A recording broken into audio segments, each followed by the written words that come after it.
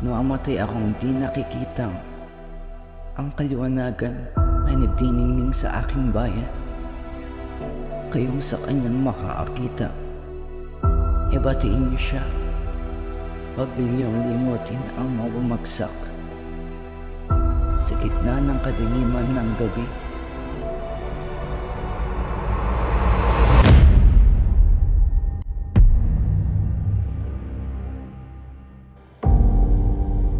Ako'y muling tutungtong sa lupang aking sinilangan upang saksihan ang kaunlaran ng aking bayan.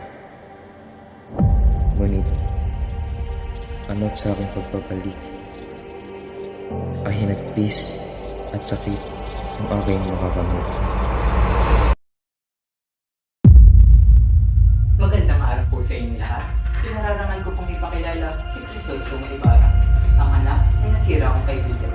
Akala ko'y makakamit na Sayang ang yaman na ginugol mo sa Europa. ang kalayaang matagal nang ninanasa. Yung ganyan lamang ang iyong matututunan. Pag-ibig at katotohanan ang inakala kong paraan. Ngunit taliwas sa aking paniniwala ang ipinapamalas ng mga may sala. Simulan na ang misa. Sumusobra ka lang. Vamos! Magsalita ikaw! Papatayin ako! Ang balag ka ng aking damit? Lavandera!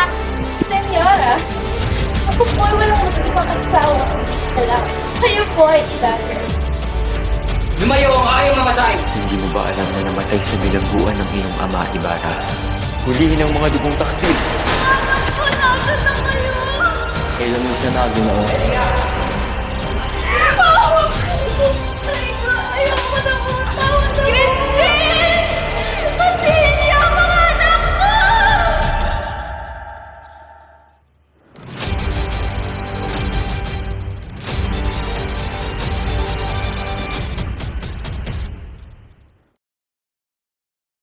Pinagyang katunayan ng aking lipunan na maraming hadlang sa pagkamit ng katarungan. Hindi ako makapaniwala na ang mga pagkatao ko ay isa palang malaking papapanggap.